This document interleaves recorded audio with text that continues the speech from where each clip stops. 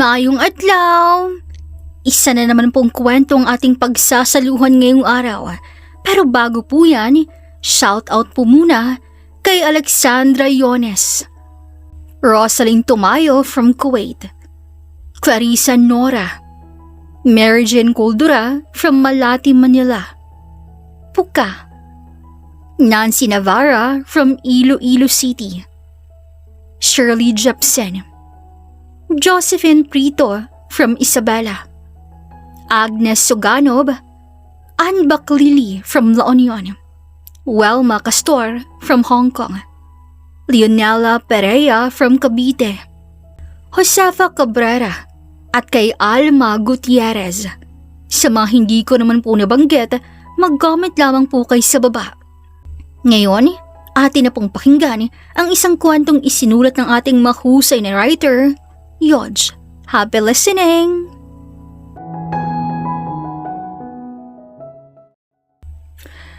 Sa crash landing nagsimula ang lahat. Dito rin ba ito magtatapos? Naranasan mo na bang magpakatanga sa pag-ibig? Yung tipong handa mong isuko ang lahat para sa taong mahal mo. At saan ka dinala lang pagmamahal na yon? Kung ganun kayong sumugal, hindi ka nag-iisa dahil kakampi mo si Naya. Sa ngalan ng pag-ibig, isinuko ni Naya ang kanyang posisyon bilang kapitan ng eroplano at piniling pakasalan si Peter. Kahit pangarap niyang trabahong yun, ibinigay niya ito sa asawa at ibinuhos ang lahat ng pagmamahal dito. Ngunit hanggang saan nga bang kayang isakripisyo ng isang puso? Hindi niya inaasahan na kasabay ng pagsuko niya ng lahat ay ang pagtuklas ng isang mabait na katotohanan. Hello po, pwede ko po bang malaman kung anong room ang asawa ko? Nakangiting tanong ni Naya habang kaharapang front desk ng hotel na pansamantalang tinutulugan ni Peter. Ano ho bang pangalan ng asawa mo po? Peter Gomez po. Wedding anniversary kasi namin ngayon. Bala ko sana siyang surprisahin. Kitang-kita ang gulat sa mga mata ng front desk. Bahagya pa tong pinagpawisan na para bang may pumipigil sa kanyang magsalita. Wala akong kilalang ganyan pong pangalan, ma'am. Baka nagkakamali po kayo ng hotel na pinuntahan. Ha? Pero sabi ng mga kasama niyo sa trabaho, dito raw Ikaw ba yan, Mrs. Naya? Bakit ka pa nandito? Singit bigla ng kakilala niyang flight attendant nang mamukhaan siya. Hinahanap ko kasi yung room ni Peter, kaso wala raw siya rito Pero sabi ng kasamahan ni Peter, dito raw siya. Baka nagkamali lang ako sa narinig ko. Oo, wala siya rito. Peking tawa ng flight attendant. Alam mo ba kung nasan siya ngayon? Hindi ko alam Sige, alis na ako ha. Paalam nito at nagmamadaling umalis. Akmang aalis na rin sana si Naya, ngunit bigla siyang tinawag ng front desk kanina. Ma'am, nakalimutan mo po. Wala mang maalala si Nayang may nakalimutan siya, nilapitan niya pa rin to. Nagulat siya nang may nilapag na papel na may nakasulat doon. 307? Pagbasa ni Naya, nagkatingin sila ng front desk. Makahulugang napatango sa kanya ito na agad namang napagtanto ni Naya ang ibig itong sabihin. Pagkatapos magpasalamat, nanginginig ang kamay ni Naya habang binubuksan ang pinto gamit ang susi na palihim na inabot sa kanya ng front desk. Pagbukas ng pinto, halos manamig si Naya sa bumungad sa kanya. Si Peter na nakapatong sa isang babae. Pareho silang mga walang saplot. Ang kakapal ng mga mukha ninyo! Mga manloloko kayo! Sigaw ni Naya. Itinapon niya sa dalawa ang mga daladala niyang sorpresa. Nang mapansin siya ng dalawa, kaagad silang nataranta. Naunang tumayo si Peter. Naya, magpapaliwanag ako. Wika pa ng asawa at sinubukang abutin ang kamay niya. Ngunit kaagad niya yung nilayo. Pagkatapos kong ibigay lahat sa iyo, gantong gagawin mo sa akin. Pagkatapos kong isinukot ibigay sa iyong posisyon ko bilang kapitan ng eroplano, lolokohin mo ako. Pinili kita kasi sa pangarap ko. Tapos gantong isusukli mo sa akin. Hindi naman sinabi ni Peter na gawin mo yun Singit ng babae. Ngayon ay nakatayo na habang binabalot ang katawan ng kumot.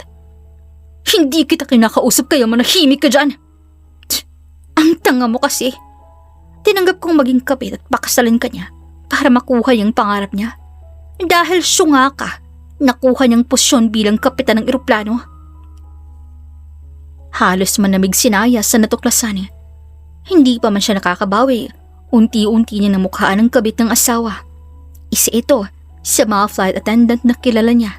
Ang palaging sinasabi ni Peter na huwag niyang pagselosa noon. Ikaw? Ako nga, Naya. I'm the girl your husband said you didn't have to worry about. Pero kung ako sa'yo, I should back off kasi hindi mo ako mahihigitan. Ang talim ng tabas ang dila mo, ang hitad ka ha. Kapit ka na nga lang, matapang ka pa kasi sa akin na original wife. Walang pag-aalinlangan na nilapitan ni Naya ang babae. Bago pa man siya mapigilan ni Peter, naabot niya ang buhok ng kabit. Nanggigil niya itong hinila ng malakas at kinaladkad palabas ng room nila. Habang ang babae, hindi alam kung saan hahawak, sa kumot na unti-unting dumadaos to sa katawan niya o ang malakas na hila ni Naya sa buhok niya na halos matanggal ng kanyang anit. Proud kang kabit ka, di ba? Sige, dito mo ipagsigawan sa labas yung pagkakapalang mukha mo. Halos itago ng babae ang sarili nang makitang unti-unting nagsilabasan ang mga kuryosong tao. Naya, please, stop this. Pag-usapan natin to ng maayos. Halos pakiusap ni Peter sa kanya at hinarangan pang dinadaanan niya. Umalis ka dyan, Peter. Kung hindi, ikaw ang isusunod kong bugbugin pagkatapos sa babae mong to. Ngunit nang mapansing walang balak umalis ang lalaki, walang pag-aalinlangan niyang sinipa ang alaga ng asawa. Binitawan niyang kabit nito at sinuntok si Peter sa muka. Akmang susuntukin na sanang muli ang asawa, nagulat siya nang biglang may humablot sa buhok niya. Napangisi si Naya nang makulangan siya sa puwersa ng kabit ni Peter. Walang hirap niyang dinakip ang kamay ng babae at binaluktot to. Halos sumigaw ang babae nang halos mabali ang kamay niya sa ginawang yun ni Naya. Don't try me. Nag-training ako sa martial arts at self-defense. Kaya kong pasabugin ang bungo mo ngayon kung gugustuhin ko. Subukan mo. Kakasuhan ka namin. Ako pa talagang kakasuhan mo? Eh di magkasuhan tayo. Uwi ka ng babae at sinuntok ng malakas ang mukha ng kabit. Napatingin siya sa dalawang taksil na nakahandusay sa sahig. Hinubad ni Naya ang wedding ring nilang dalawa ni Peter at tinapon yun sa lalaki. Sapol yun sa mata ni Peter kaya agad tong napadaing sa sakit. Hindi pa ako tapos sa inyo. Hindi ko kayo bibigyan ng kapayapaan at kaligayahang dalawa. Ani pa ni Naya bago niya tuluyang iwan ng dalawa na puno ng kahihiyan habang pinagkakaguluhan ng mga taong nakasaksi. Hindi pinalampas ni Naya ang oras. Kinaumagahan, agad siyang nagtungo sa presinto at nagsampa ng kaso laban kina Peter at sa kabit nito. Buo ang loob niyang pumirma sa mga papeles. Hindi na siyang babaeng magpapakatanga sa pag-ibig. Naya, pag-usapan naman natin ito ng maayos oh. Maayos naman ang pag-uusap to, Peter. Nailoko niyo ako, kaya bumabawi lang ako. Hindi pwedeng ako lang magdusa. Pakiusap, huwag mo kaming idemanda. Maaapektuhan ng trabaho namin. Noong niloko niyo ako, naisip niyo ba yan? Nagkamali ako, Naya. Please ayusin natin to. Hindi na inaayos ang pagtataksil, Peter. Pinagbabayaran yan. Natapos ang araw na yon ay hindi pa rin nila nakumbinsi si Nayang bawi ng demanda sa kanila. Ngunit nagbago ang lahat ng desisyon ng babae nang biglang may sumulpot na isang bata sa kanyang harapan. Are you okay? Are you lost? Anak po ako ng mga pinagdidemandahan mo. Bawiin niyo po yung demanda niyo po sa kanila. Patawarin mo na po ang mga magulang ko. Paano na lang po ako kung wala po sila? Sino na pong mag-aalaga sa akin? Anak, Naya, ikaw pala yan. Uwi ka ng kabit ni Peter nang makita siya. Mabilis ang kinuhang anak sa babae.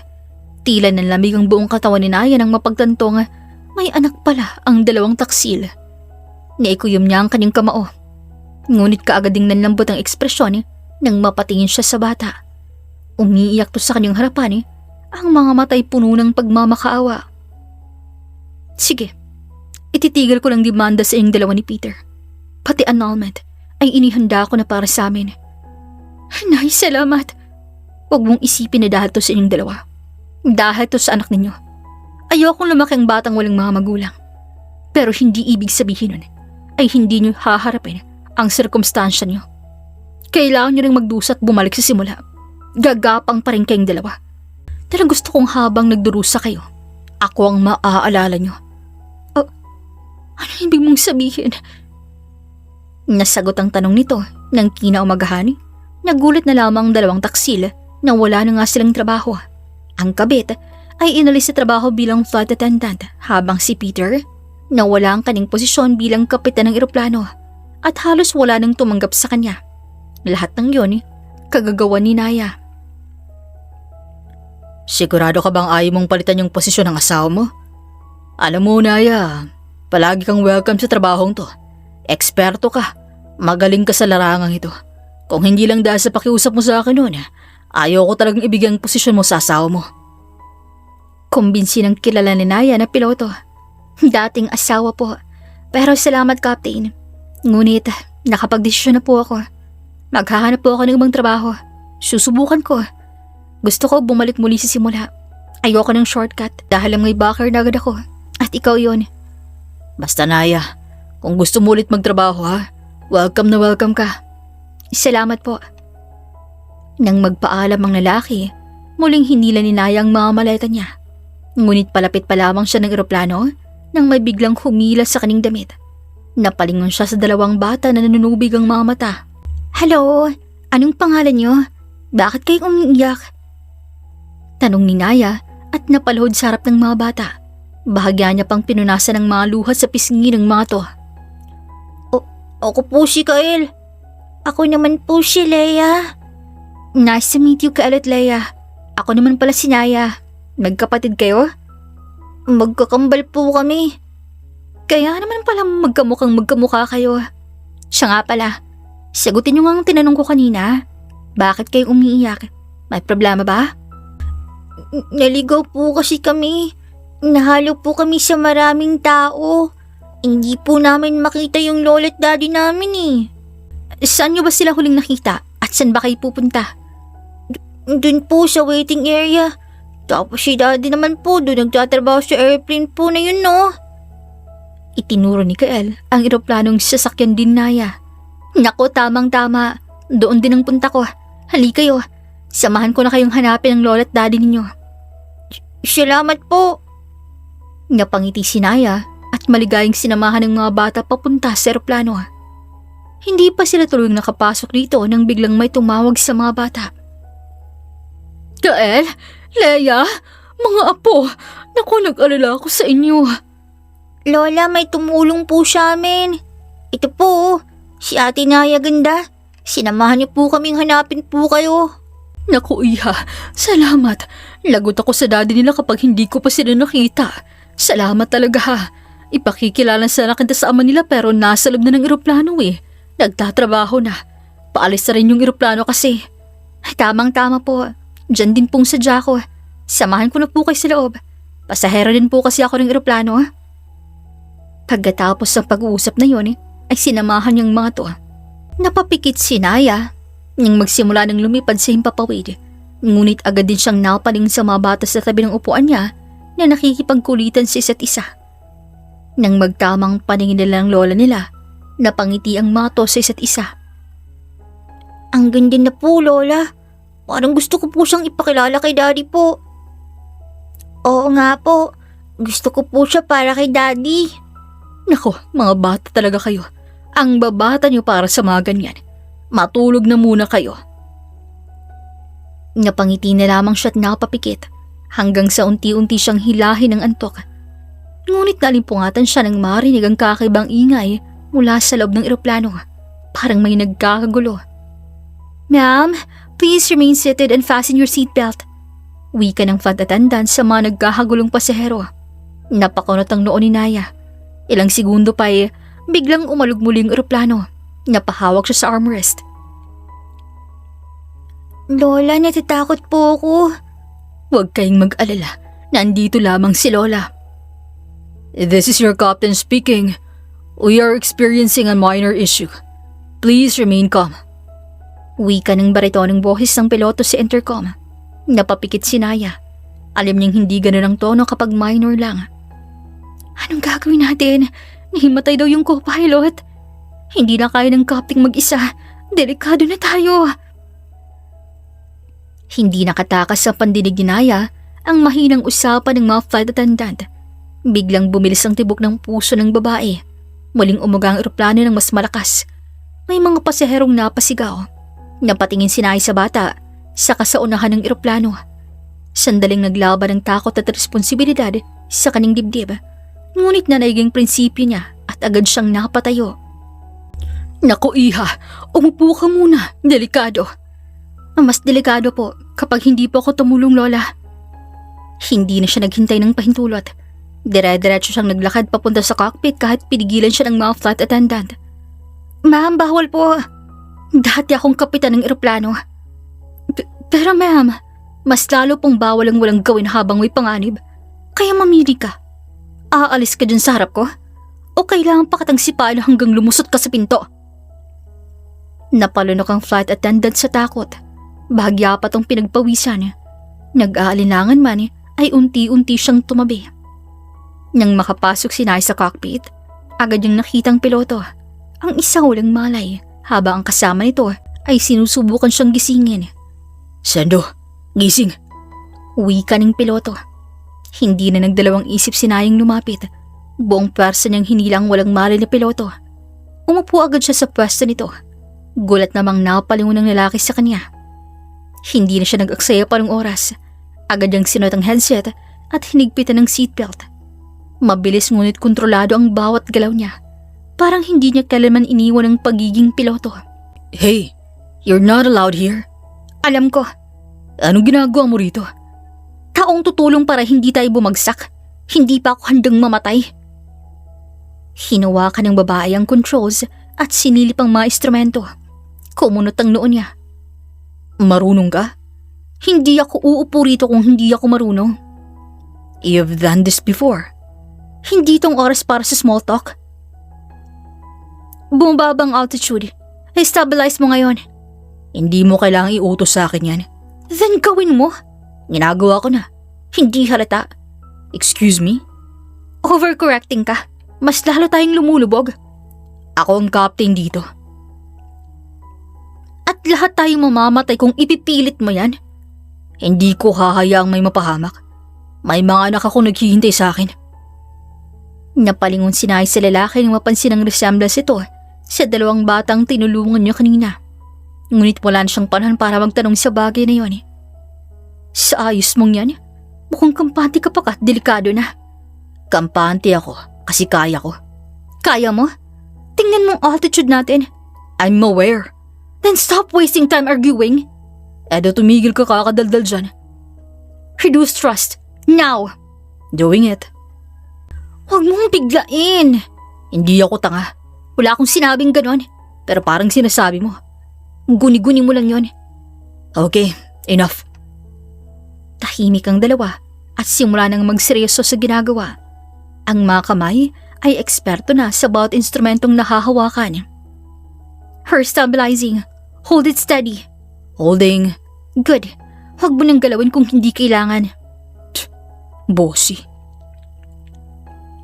Hindi pinansin ni Naya ang reaksyon niya. Samantala, tahimik lamang siya habang nakikinig sa kalmadong boses ng pilotong nagsasalita sa radyo.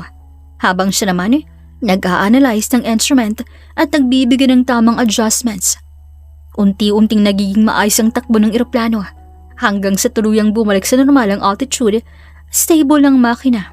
Doon nila sinimulan ng maingat na emergency descent patungo sa pinakamalapit na runway. Bago matapos to, hindi ko pa pala alam ang pangalan mo. Ano nga palang pangalan mo?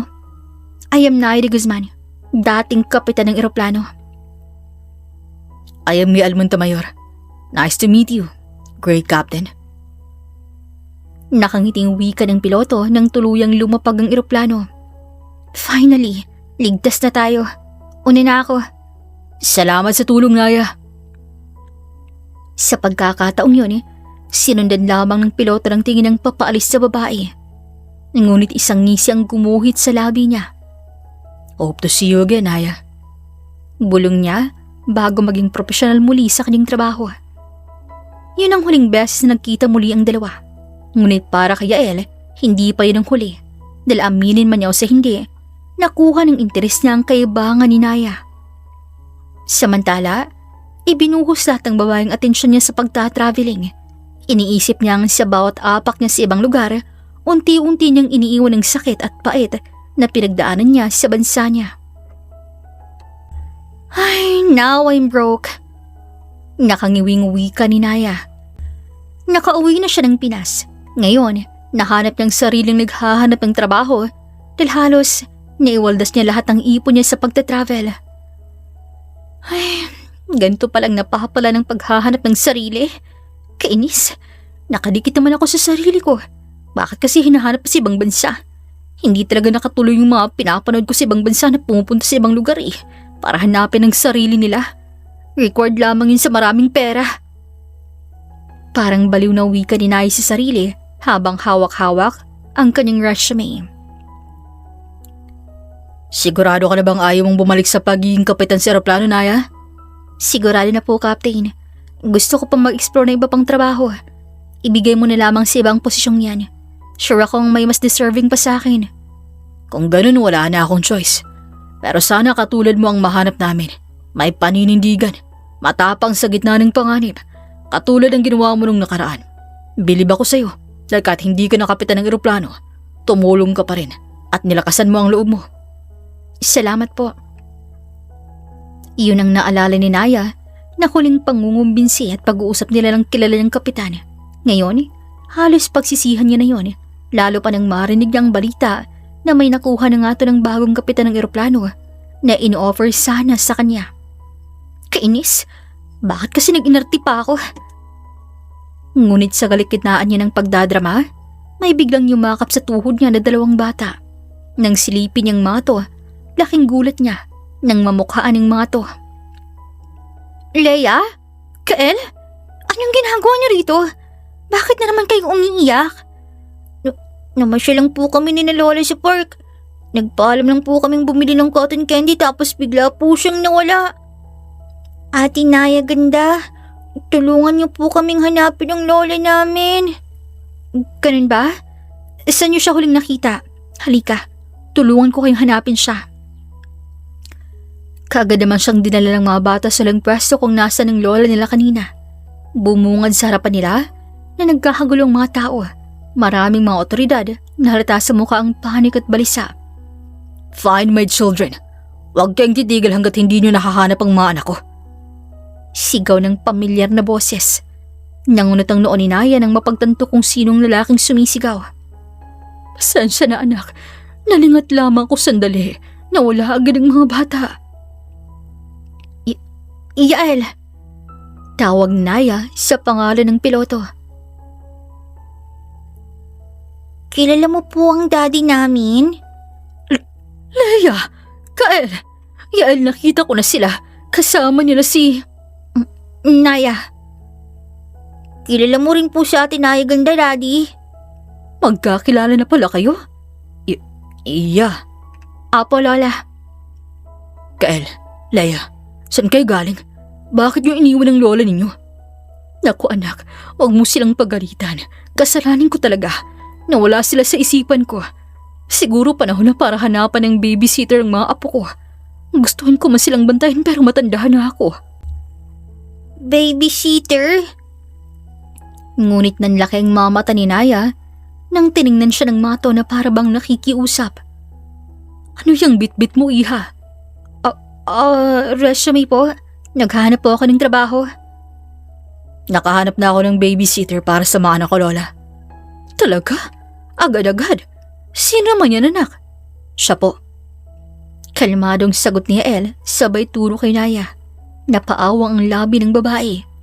Teka, pumahig ba ako? Naghahanap ka ng trabaho, di ba? Then you're hired. Hindi naman ako nag-a-apply sa'yo, no? Pinasimple ko lang ang buhay mo para hindi ka mahirapan sa paghahanap ng trabaho.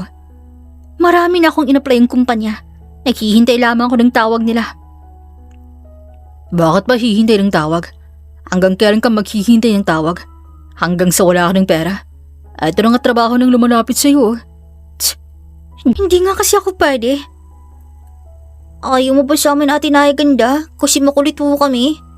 Promise po, kapag ikaw magbabantay sa amin, magiging mabait na po kami. Biglang lumambot ang puso ni Naya nang makita ang panggigili ng luha ng dalawang bata. Napalhod ang babae sa harapan ng mga to. Hindi eh.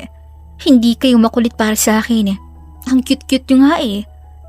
Tiyak akong mag-e-enjoy akong bantayin kayo. Kaso nga lang, naka-apply na ako ng trabaho sa kumpanya eh. Tawag na lang talagang hinihintay ko. Ganito na lang, kapag walang tumawag sa akin, papayag ako maging babysitter ninyo. Okay? Talaga po? Yay! Sana hindi ka matanggap sa trabaho. Sana walang tatawag po sa inyo. Napangiwi si Nay sa mahiling ng mga bata. Give me your number. Tatawagan kita para mamonitor kung available ka na. No, give me your number. Ako ang tatawag. Para fair. Let's exchange our number then. Daming alam ng pilotong to. Bulong pa ni Naya. Ngunit sa huli, nagpalitan din sila ng numero. O siya, alis na ako. Bye mga bata. Bye Lola. Bye. Hindi tinuloy na Naya ang pagpapaalam niya sana kay Yael. Inirapan niya lamang to at tinalikuran. Bye, great captain. Hope to see you again, Naya. Daddy, we want her. Please do something, Daddy. Akong bahala. I'll make sure that she'll be ours. Pangako pa ni El sa mga bata habang tinatanaw ang paalis na si Naya. Makalipas ang ilang linggo, ilang oras nang nahahanap ni Naya ang sariling tulala habang tinititigan ng cellphone niya. Naghihintay tawagan siya. Seriously? Halos ubusin kong buong kumpanya sa kaka-apply tapos ni isa walang tumawag? Hindi to makatarungan. Reklamo ni Naya at pabagsak na sinilampang ang katawan sa kama. Ngunit kaagad siyang napabalikwas nang tumunog ang cellphone niya. O ano? Nakapagdesisyon ka na ba? Nandilim ang mamata ni Naya nang mapagtanto kung sino ang tumawag. Hoy Yael, huwag kang feeling close dyan. Sabi nang hintayin mo akong tumawag sa'yo, di ba? Hindi mo ba naiintindihan ang instruction ko sa'yo? Abat halos araw-araw kang tawag sa akin dito ah. Don't make me wait. Kung hindi ka makapaghintay, ay di humanap ka ng babysitter ng mga anak mo. May mas higit na qualified pa sa akin kaysa dyan. They like you. Simpleng sagot ni El na para bang yun lamang natatanging mabisang solusyon sa walang kwentang suhestyon niya. I like them also, but I don't like you. Kaya manigas ka muna. Inis na wika ni Naya at binabaan ng tawag si El. Samantala, napangisi naman ng lalaki habang tinititigan ng cellphone niya. Kakatapos lamang kulitin ang dating kapitan ng eroplano. Abat, parang hindi kumpleto ang araw mo hanggat hindi mo nakukulit ang magandang babaeng yun ah. Para ba talaga sa mga anak mo yan? O pati ikaw ay tinamaan na rin katulad ng mga bata? Tanong ng ina ni Yael nang makita siya. Gusto siya ng mga bata, mommy. Eh ikaw? Gusto ko rin siya na maging babysitter ng mga anak ko. Natigil lamang pag-uusap ng dalawa nang biglang tumunog ang cellphone ng lalaki. Nagawa ko na pong pinapagawa mo, sir. Na-block ko ng mga kumpanyang pinag-apply ni Nairi Guzman para hindi siya matanggap sa trabaho niya. Good. I'll make sure na sa amin ang bagsak mo, Naya. Wika pa ng piloto. Tulala ang babae habang nakahiga sa kama. Nagunahan ng pride at kawalan niya ng pag-asa. Ngunit sa huli, nahanap niyang sariling tinatawagan ng numero ni Yael. Magkita tayo. Pagkatapos niyang sabihin yon, ay pinatay niyang tawag at tinext sa piloto ang address. Sa kabilang banda, nang mabasa naman yun ni Yael, mabilis pa sa 4:00 siyang umalis at pinuntahan ang lugar na yon. Ha? Kanina ka pa rito? Tanong ni Naya, nakakarating lamang. Of course not. Kararating ko lang. Pagsisinungaling ni Yael, kahit ang totoo, mahigit 2 oras siyang nakaupo roon. Sa sobrang pagmamadali niya kasi, tanging address lamang nabasa niya at hindi niya nakita ang oras kung kailan sila magkikita. Ganun ba? Sige, magsimula na tayo. Sure. Ani na, sabay abot ng white folder. Ano to? Resume ko. I don't need this. You're already hired. Uwi ka ni El, sabay balik ng folder. Okay, bahala ka. Pagod na rin ako maghanap pa ng trabaho. Ni kahit isa walang tumatawag sa akin eh. Napaiwas naman ang tingin ng lalaki dahil alam niyang siya lahat ang may pakana niyon. I'll double your expected payment. Don't worry. Basta mabantayan at maalagaan mo lang ng maayos ang mga anak ko. Okay, mabuti. So kailan ako magsisimula sa trabaho ko? Para makapaganda naman ako. Ngayon. Nalaglag ang panganinaya sa bilis ng desisyon ni Yael. Teka, hindi pa ako nakapaghanda. First time ko to. Hindi ko talaga alam kung paano magbantay ng bata. Tulungan na lang kitang impake ang mga gamit mo. Empake? Bakit mag-e-empake? Go stay in. Sorry, nakalimutan kong sabihin. Ano po nga bang magagawa ko? Sa isip-isip niya wala rin naman siyang kasama sa bahay niya, kaya okay na lang yun para hindi siya makaramdam na mag-isa siya. So, is this your house? Tanong ni Yael ang makapasok sa bahay ni Naya. Hindi, magnanakaw lamang tayo rito. Mag-isa ka lang rito? Maagang namatay ang ama ko. Tapos ang nanay ko naman, bata pa lang ako, iniwan na ako. Nag-iisang anak lang din ako. Sa mga magulang mo na bahay din to? Hindi, ipinatayo namin ng dati kong asawa.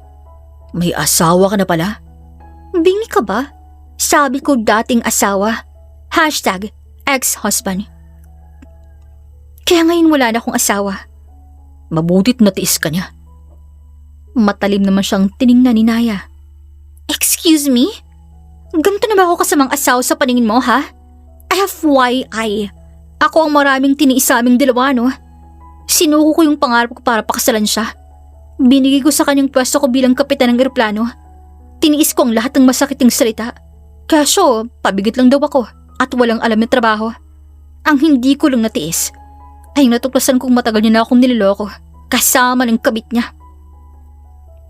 Lumapit si Yael sa kanya at tinulungan siya sa pagtutupi. Bahagyang natigilan ng babae. Hindi niya lubos maisip na ang matipon ng pangangatawan at maugat na kamay ay marahang tinutupi ang kanyang damit. Anong nangyari sa kanila ngayon? Hindi ko alam. Basta ang alam ko, pareho ko silang tinanggalan ng trabaho. Pagkatapos noon, hindi na ako nakibalita sa kanila. Hindi ko lang kasi makasuhan dahil may anak sila. Kaya okay ang paghihiganting yun. Mabuti ka pa. Naisip ang mga bata. Samantalang ang dati kong asawa, hindi man lamang sumagi sa isip niya yun. Kahit sa anak na lang sana namin. Napalingon si Naya sa kanya. Hindi siguro makatiis sa ugali mo. Bukod sa mayabang, masyado pang mataas ang tingin sa sarili na para bang kayang liparin ang himpapawid nang hindi sumasakay sa eroplano. Natawa na lamang ang piloto. Unti-unti nang nasasanay sa matalim na dila ni Naya. Halimaw din ako magmahal katulad mo. Di parehas din pala tayong tanga rito. O bakit? Ano bang kwento mo? Yun. Ginawa kong lahat para mahalin niya ako. Binigay ko lahat ng luho niya. Lahat ng mga bagay na gusto niya. Akala ko nung una kapag may anak na kami, ay ititigil niya ng pakikipagkita sa kabit niya. Pero nagkamali ako. First love niya raw eh. Kaya hindi niya kayang kalimutan. Tiniis ko lahat. Kahit alam kong palihim silang nagkikitang dalawa. Nagbulag-bulagan ako. Dahil ayokong mawala ng inang mga anak ko.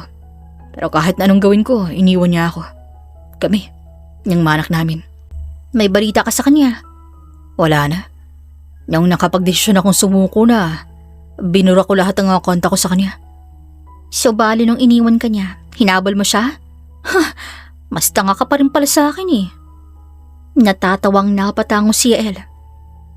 Nakita ko pa nga sarili kong lumod sa harapan niya eh, para lamang hindi kami iwan. Mahal mo pa rin ba hanggang ngayon? Hindi alam ni Naya kung bakit parang may bumaras sa lalamunan niya nang tanungin yon. I always treasure our memories, pero hanggang doon na lang. My heart stopped beating on her. Hanggang sa magising na lang akong hindi ko na siya iniisip. Na wala na akong nararamdaman sa kanya. Ni kahit katiting. Siguro dahil napagod na rin ako kaya ganun.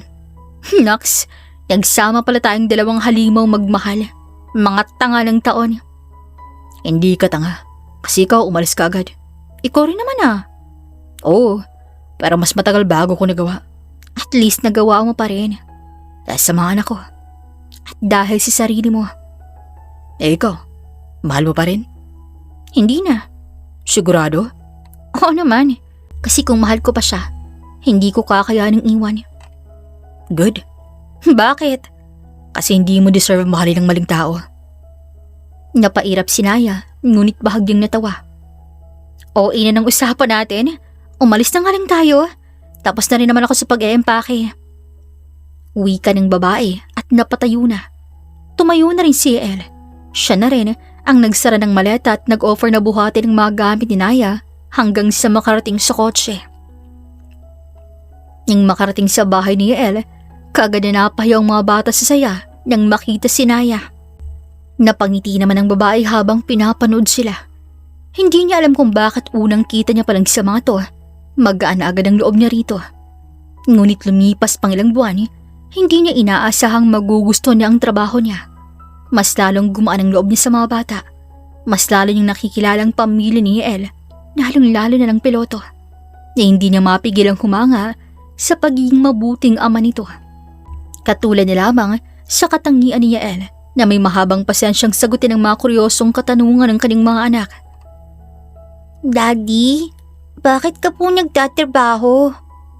Narinig na yung tanong ng anak ng piloto sa kanya. Para mabigay ko sa inyong mga kailangan ninyo at para masigurado kong okay kayo palagi. Kahit wala ka sa bahay minsan? Kahit wala ako, iniisip ko pa rin kayo. Miss ka rin namin lagi, Daddy. Miss ko rin kayo. Tahimik na nakatingin si Naya si Aksana. Hindi niya inaasahan na may gantong side si El. Malay sa mayabang at matapang na pilotong nakilala niya. Huwag niyong isiping hindi kayo mahal ng daddy ninyo. Kaya wala siya rito lagi dahil nagtatrabaho siya para sa inyo. Kasi ganun niya kayo kamahal. Gagawin niyang lahat para mabigyan kayo ng magandang kinabukasan. Talaga po? Oo, swerte nga kayo eh. Ako kasi maagang namatay ang ama ko. Tapos bata pa lang ako, iniwan ako ng ina ko. Pero kayo, may daddy kayong mahal na mahal kayo. At lagi kayong iniisip. Napabuntong hininga si Naya nang makalabas sa kwarto ng mga bata. Kakatapos siya lamang tong basahan ng storybook. Ngunit napaigdad siya nang madatnan si El na may hawak na 2 gatas. Akala ko tulog ka na. Galing ka pang flight, diba? Tiyak akong pagod ka na. Tinimplahan ko pa kasi ng gatas ng mga bata. Akala ko gising pa sila. Maagang natulog kasi napagod ka kamasyal kanina. Pero wag kang mag-alala. Napagtimplahan ko na sila ng gatas bago matulog. Pareho silang napatingin sa gatas na hawak-hawak ni Yael. Pareho ding namamablama kung anong gagawin dito. Alam ko na. Inumin na lang natin yan. Sigurado ka ba? Baka antok ka na rin. Hindi pa ako antok. Baka ikaw antok sa ating dalawa. Kung ayaw mo, akin na lang yung gatas. Ako ang uubos. Akmang aagawin na sa Naya ang baso, ngunit kaagad yung inilayo ni Yael sa kanya. Let's drink milk, Naya. Napangitit na patango naman ng babae. Tinanggap niyang baso at iniabot sa kanya ni Yael. Sabay silang nagtungo sa hapag. Thank you for taking care of my children. Panimula ng lalaki sa usapan. Siyempre, trabaho ko yun eh. At saka napalapit na rin ako sa mga anak mo. Salamat na rin kasi napalaki mo sila ng maayos, kaya hindi ako nahirapan sa kanila. Napakaswerte ng mga anak mo sa'yo, Yael. Swerte din naman ako sa kanila eh. Swerte din ako sa'yo. Bahagyang natigilan si Naya sa narinig.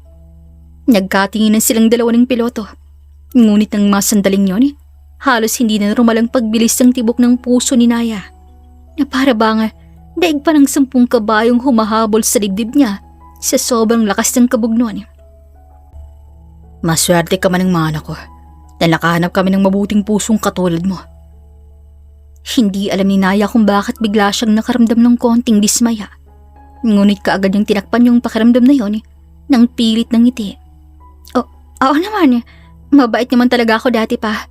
Basher ka lang noon kaya hindi mo nakita agad yon. Dinaan na lamang niya sa biro ang lahat. Naya, from the first time I saw you, alam kong mabuti kang tao. I'm not actually your basher, but your fan. Kung gusto mo ng autograph, ayoko niyan. Dagdagan mo na lang yung sweldo ko. Natawa na lamang si Elle sa kanya dahil alam niya ring hindi siya ganun na tipo ng babae. Kapag babayaran mo ng sobra, ibinabalik niya agad yun sa lalaki.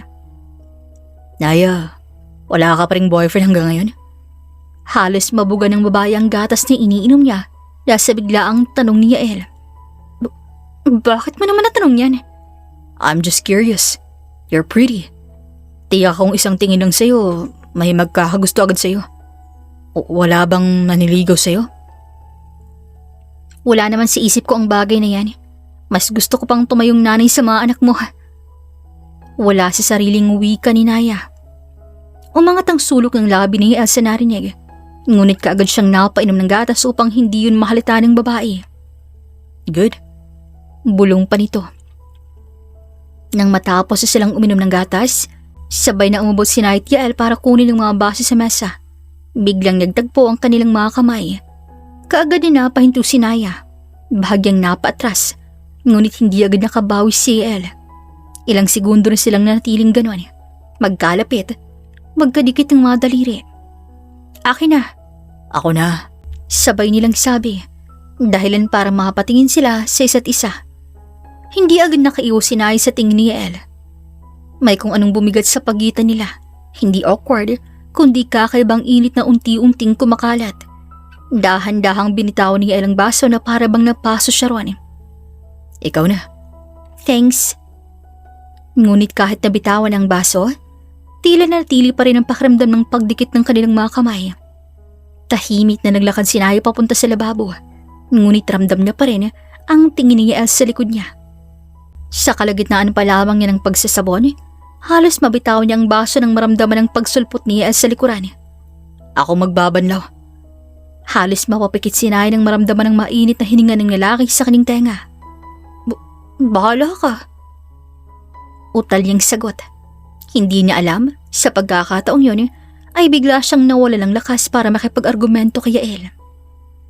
Hindi umalis ang lalaki sa kanyang likuran. Nanatili ito sa kanyang pwesto. Nang ilapag Naya ang bumubulang baso, kinuha naman yun ni Yael at binanlawan. Dahil sa ganong posisyon, ay halos yakapin na siya ng piloto. Ngunit hindi alam ni Naya kung bakit hinayaan niya na lamang yun. Sa huling baso, tapos ng babae sa ginagawa niya. Ngunit nanatili siya sa pwesto. Pinapanood ang kamay ni Yael na eksperto sa pagbabanlaw nito. Naya. Ha? Tumingin ka nga sa akin. Paano? Turn around. Parang may sariling utak ang mga paa ni Naya. Otomatikong hinarap niya si Yael. Halos magkalapit ang mga mukha nila sa isa't isa. Lalo pa nang mapayuko ang lalaki. Halos bumilis ang tibok ng puso ni Naya sa sobrang lapit nila. Bahagya pa siyang nakapapikit ng mariin nang ipunin ni Yael ang nakaharang na buhok niya sa mukha at inipit yun sa kanyang tenga. Bakit ka nanginginig? Hindi ako nanginginig. Liar. Ikaw kasi. Ako? Bahagyang nakapangiti ang lalaki. Masyado kang malapit. Gusto mo bang lumayo ako? Hindi ko sinabi yan ha. Sagot ni Naya at bahagyang napaiwas ng tingin. From the first day I saw you, nagkaroon agad ako ng interes sa'yo. Patapang, determinado. Napahanga mo agad ako sa'yo, lalo na ng mana ko. Kaya gumawa ako ng paraan na para maging sa amin ka. Blinak ko lahat ang mga kumpanyang inaplayan mo para mapasamin ka. Nanlaki ang mga mata ni Naya sa gulat. Gusto niyang magsalita ngunit walang lumalabas ni kahit isang letra sa kanyang labi. Kaya kinuha yun ni Yael pagkakataon upang magsalitang muli. Your lips are sharp and your tongue even sharper. I've always found that kind of irresistible. Napalanok si Naya nang ilagay ni Yael ang hintituro sa kanyang labi. Unti-unting naglandas ang kakaibang init at kakaibang kritis sa katawan ng babae. Halos hindi niya na marinig ang sariling paghinga sa sobrang bilis ng tibok ng puso niya. Anong ginagawa mo? I want to kiss you, Naya. Pagkasabi ni Yael, ay sinila siya agad ang halik nito.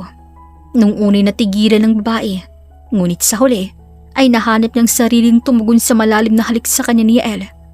Maya-maya pa ay mas naging mainit at marasang halik nila. Hanggang sa hindi nila malayang nahulog na ang baso sa sahig. Ngunit pareho silang walang pakialam. Bakit kayo naghahalikan? Naitulak ni Nay si Yael nang marinig ang boses ng matanda.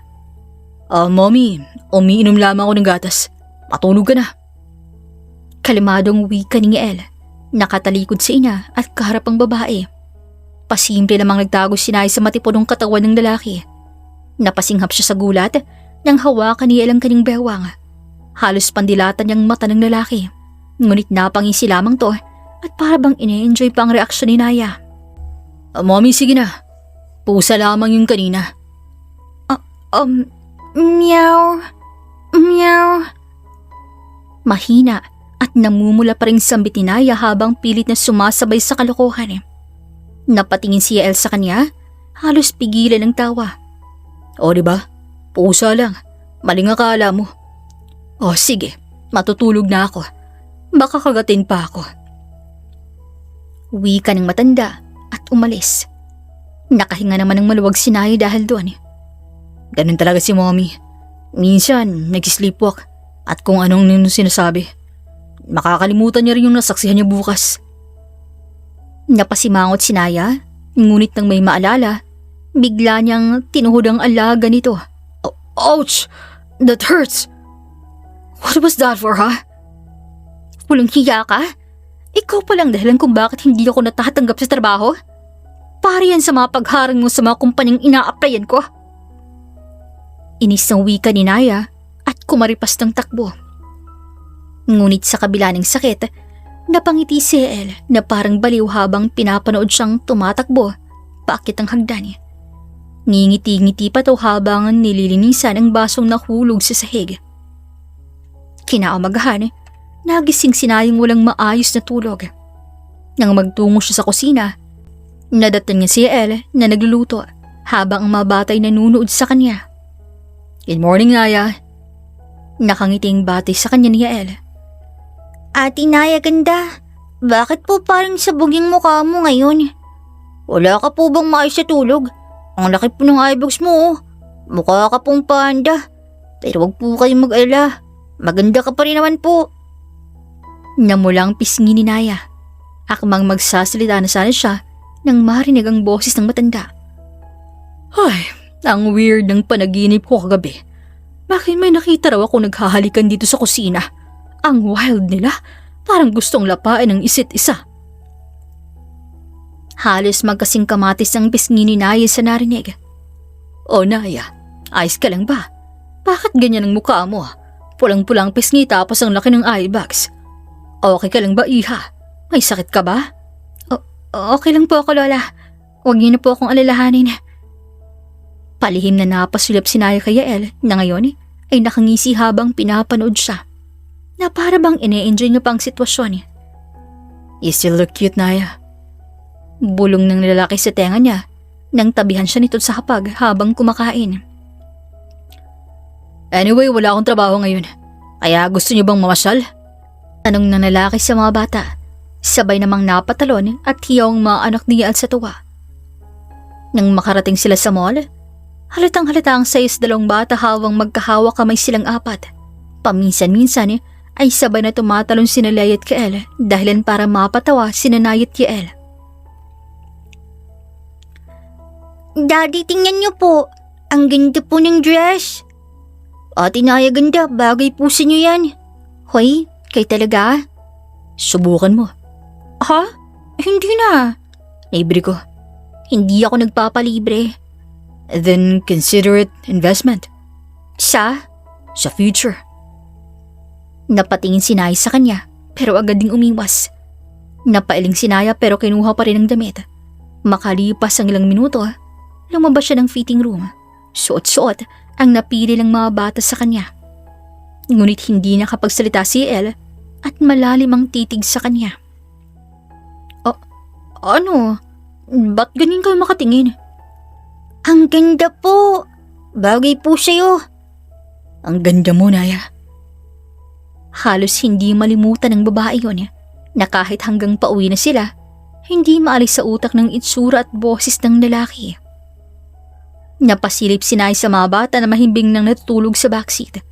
Napaigtad siya nang maramdaman ang paghawak ni Elle sa kanyang kamay. Since you don't have a boyfriend, pwede ba kitang ligawan, Naya? Diretsahang tanong ng lalaki. Hindi alam ni Naya kung anong magiging reaksyon niya dahil hindi niya rin maitatanggi na may nararamdaman na nga rin siya kay Elle. Paano ako nakakasigurong may nararamdaman ka rin talaga sa akin at hindi mo ako nilolokong talaga? Nagtaka ang babae nang biglang ihinto ng lalaking sasakyan. You're fired. Anong pinagsasabi mo? Bakit mo ako tatanggalin sa trabaho? Hindi sumagot si Elle. Bagkus, may kinuha tong envelope mula sa compartment ng sasakyan. Dahan-dahan niya tong inabot kay Naya. Buksan mo. Ano to? Just open it. Nag-alangan man kinuha yun ni Naya at dahan-dahang binuksan niya. Nanlaki ang mamata niya nang makita ang laman nito. Mga dokumento, kontrata, at opisyal na papeles. Anong ibig sabihin nito? Basahin mo. Mabilis nang lakbay ang mamata ni Naya sa papel hanggang sa tuluyang tumigil. Captain position? Pangarap mo to, di ba? Natuklasan kong para sa'yo sana ang posisyong meron ako ngayon. Hindi para sa akin to, Naya. Para sa'yo talagang posisyong to. Because I know that you deserve this. Kaya matagal ko na tong iniayos. Naya, alam kong mabilis para sa'yo lahat. Pero mahal na yata kita. And I'm willing to give everything for you. Gusto kong abutin mo ang pangarap mong naputol dahil lamang sa maling desisyon mo nun. Nanggilid ang luha ni Naya. Napatingin siya sa envelope, ngunit sa huli ay napangiti ito at binalik kay Yael. Nagtataka naman tong napatitig sa kanya. Yael, ayoko. What? Bakit? Pangarap mo to, Naya? Gusto ko ng trabahong meron ako ngayon, Yael. Kaya kahit parehasin mo ako at ilang beses mo akong masisanti, hindi ako makakapayag. Napamahal na ako sa mga anak mo. Sa tuwing kasama kong pamilya mo, pakiramdam ko parte rin ako ron. Hindi pa ako nakaramdam ng ganito, Yael. Napalapit na rin ako sa'yo. Ito lang yata ang bagay na hindi ko kayang pagsisihan. Ang piliin ka, kayo ng mga bata, kaysa sa pangarap ko. Kasi parte din ng pangarap ko ang magkaroon ng pamilya. At kayong sinagot sa akin ng may kapal na abutin ko ang pangarap na yon, na inakala kong imposible. Are you choosing us? Alam kong hindi ko pagsisisihan to. Napangiti si Elle at bahagyang inipit ang nakaharang na buhok sa tenga ng babae. Maya-maya pa'y hinaplos siyang pisingin ni Naya. Ngunit hindi na nagpatumpik-tumpik pang babae at siya nang naunang sumilang halik kay Elle. Sa kalagitnaan ng malalim na halikan, napatigad sila nang may marinig na ingay sa backseat. Sabay silang napatingin sa dalawang bata. Nakaawang mga labi habang nakatingin sa kanila. Ngunit bakas ang tuwa at saya sa mga mata ng mga to. Agad yung binagsak ng mga batang katawan nila at nagkunwaring natutulog at huling-huli na sila. Huwag niyo na po kaming pansinin. Tulog po kami. Wala po kaming nakita at narinig. Natawa na lamang dalawa at napailing. Sa pagkakataong yon, naging magaan at masaya ang biyahe nila pauwi. Ngunit hindi nila inaasahan, nakakasimula pa lamang. Dumating ang problemang hindi nila inaasahan. Please, Lola. Akin ang mga anak ko. Isang pamilya na boses ang bumungad sa kanila. Napatingin si Nay sa babaeng nakaluhod at halos nagmakaawa sa matanda. Ang kapal ang mukha mo. Pagkatapos mong iwan ang pamilya mo't ipagpalit sa lalaki, tapos ngayon babalik ka rito para kunin ang mga bata. Napalingon si Nay sa piloto. Kumirat ang puso niyang makita ang sakit sa mga mata nito. Inabot ang babae ang kamay niya at bahagyang pinisilto upang pagaanin ang kanyang loob. Kukunin yung mga anak ko, Laya. Yael, huwag kang matakot. Hindi basta-basta kinukuha ang mga bata. Lalo na kung ikaw nag-alaga at nagtaguyod sa kanila. Nakiusap si Yael na papasukin ng mga bata. Sinamahan naman yun ni Naya na hindi siya nabigyan ng pagkakataong makita ang mukha ng ina ni Kael at Laya. Halos pabalik-balik si Naya ng lakad habang hinihintay na matapos ang pag-uusap ni Yael sa dating asawa niya. May kung anong takot nang naroon sa puso niya na hindi niya maintindihan niya.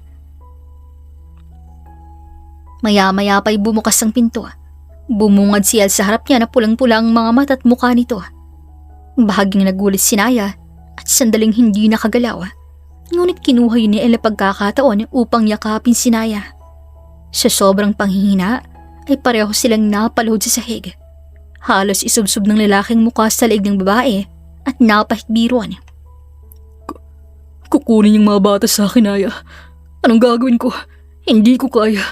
Mahal na mahal ko mga anak ko. Mahal na mahal ko sila. Shh, Yael. Kahana. Tingnan mo ako. Dahan-dahang tinaas ni Yael ang ulo niya. Namumula ang mga mata nito at nanginginig ang labi. Hindi sila mawawala. Pero may karapatan siya. Ina pa rin siya ng mga anak ko.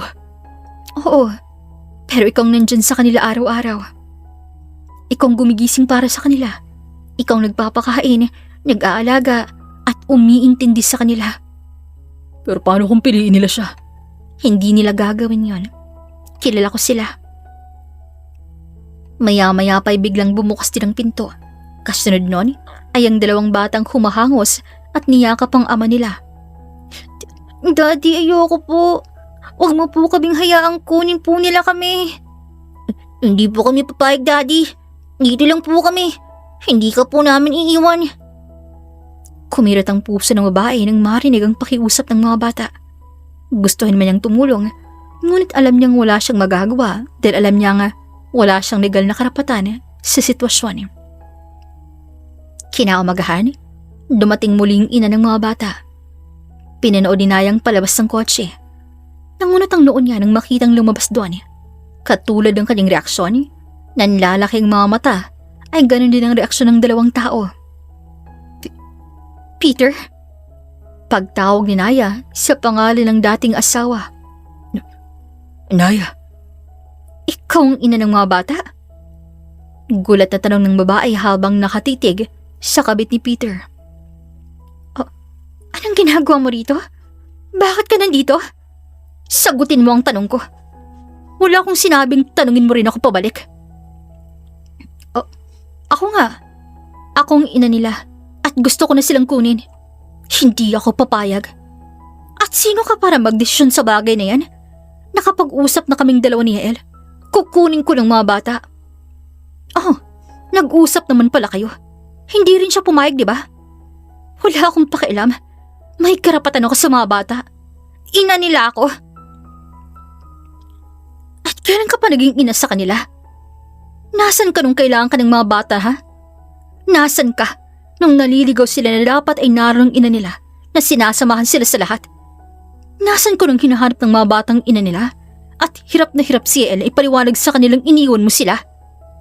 Tinitimplahan mo rin ba ng gatas sa mga bata? Binibigyan mo rin ba sila ng oras na makasama? Kahit kailangan mo rin magtrabaho? Si Yael ang tumayong ina't ama nila. Si Yael ang gumigising ng maaga para ipaglutong mga anak niya kahit may trabaho pa siya. Si Yael ang nagbibigay ng pasalubong sa mga anak pag uwi na galing trabaho. Si Yael ang nagtitimpla ng gatas kahit pagod siya. Si Yael ang nagbabantay sa kanila kapag may sakit sila. Siyang nagpupuyat para lang masiguradong okay ang mga anak na kinabukasan.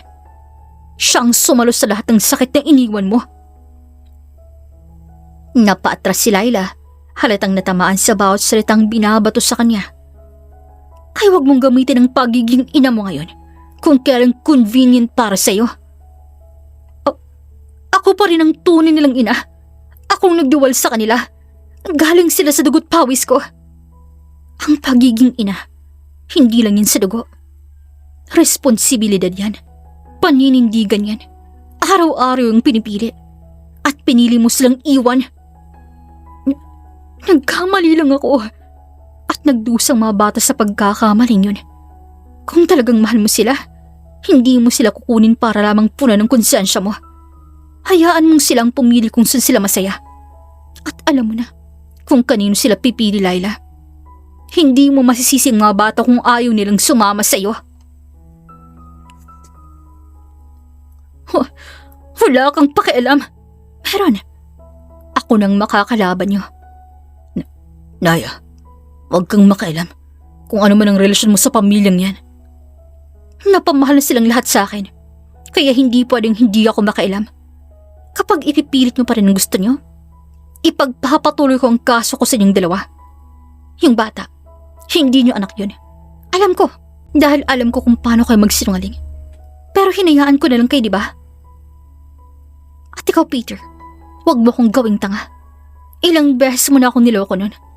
Akala mo ba hindi ko kayong ilabas ng ebidensya laban sa inyo? Tinatakot mo ba kami? Hindi ko kayo tinatakot. Pinapaalalahanin ko lang kayo na hindi ko katulad ng dati. Hindi na ako yung babaeng kayang yurakan ninyo.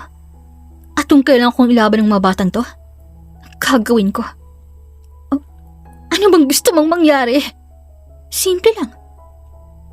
Napatingin si Naya sa dalawang bata na naglakad papunta sa kanila kasama ang kanilang ama. Naya, nandito ka na pala. Hinahanap ka nila.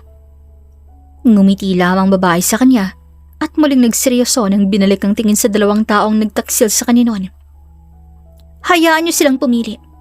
Kung gusto nilang sumama sa'yo, hindi namin sila pipigilan. Pero kung hindi, umalis ka ng tahimik at huwag mo na silang guguluhin. Nakatingin ang lahat sa dalawang bata na ngayon ay mahigpit na nakakapit kay Yael at sa sandaling yon, malinaw na malinaw lang ang sagot. Ayoko pong sumama. Dito lang po kami, Daddy. Please. Parang sinaksak ang puso ni Laila sa narinig. Unti-unti siyang napaatras. Nanginginig ang mga labi. Sa huli, katulad ng usapan, umalis ang dalawang tahimik. Sinundan lamang sila ng tingin ng apat. Paano mo nagawa yun? Napangiti si Naya. Ngunit bago pa siya makasagot, bigla siyang hinila ni Yael at niyakap ng mahigpit. Yael. Salamat. Hindi ko alam kung anong gagawin ko kung wala ka. Sandaling natahimik si Naya. Dahan-dahan niya ring ibinalik ang yakap. Hindi ka nag-iisa. Nandito lang ako. Nagkatingin ng dalawa. Uy! Mukhang may something. Bulong ng bata. Parehong napangiti ang dalawa habang pinapanood sina Inay at Yael. Lumipas ang mga buwan, unti-unting naging mas magaan ang lahat. Mas naging mainging bahay, puno ng tawanan, kulitan at pagmamahalan. At sa gitna ng lahat ng yon, si Naya. Hindi niya namalayang muli niyang nahanap ang sarili niya. Hindi bilang dating asawa, hindi bilang taong nasaktan, kundi bilang taong muling natutong magmahal. Isang hapon, sa parehong lugar kung saan unang naghawak ang mga kamay nila, dahan-dahang lumapit si El kay Naya. May hawak tong isang maliit na kahon. Ano yan? Hindi agad sumagot si El. Sa halip, lumuhod to sa kanyang harapan. Hindi ako perpekto, Naya. May dala akong sakit, takot, at responsibilidad. Pero kung may isang bagay akong sigurado, ikaw ang gusto kong makasama habang buhay. Pwede mo ba akong piliin araw-araw? Akala ko hindi na ako muling pipili. Pero ikaw ang pipiliin ko. Oo, Yael. I will marry you. At sa pagkakataong yun, hindi na crash landing ang nangyari sa puso ni Naya, kundi isang ligtas na paglapag sa pag-ibig na sa wakas, sigurado na. Dito na po nagtatapos ang kwento natin ngayong araw. Maraming salamat po sa inyong pakikinig at hanggang sa susunod na kwento, dito lamang sa Kuya Agustin Stories. Paalam!